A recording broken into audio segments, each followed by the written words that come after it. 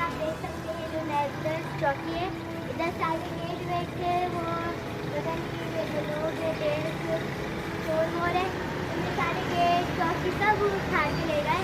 तो आप बताइए यहाँ तक की बोर्ड भी उखाड़ के ले गए जो अंदर लगा हुआ था। तो आप बताइए आवाम कैसे रह सकती है इस हालात में। तो पुलिस को कुछ करना चाहिए या नहीं करना चाहिए, आप बताइए।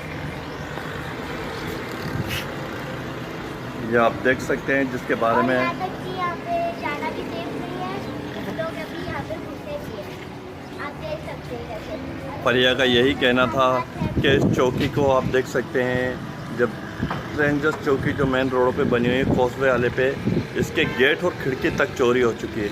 तो आप अंदाज़ा लगा सकते हैं जब रेंजर्स मेन रोड पे गेट और खिड़कियाँ गायब हो सकती हैं तो कराची में आवाम किस तरीके से महफूज रह सकती है। ये पुलिस सवालिया निशान छोड़ के जा रही हैं होस्ट। जी आप और कुछ बोलिए इस बारे में आप। मैं बोलना चाहती हूँ कि आवाम की तरफ से आवाम को महसूस करके और यहाँ तक कि जो गरीब आवाम है उन्हें भी खाना पानी दे, और बस मैं इतना ही बोलना चाहती हूँ। और हमारा पाकिस्तान हमेशा खुश रहे। आमीन।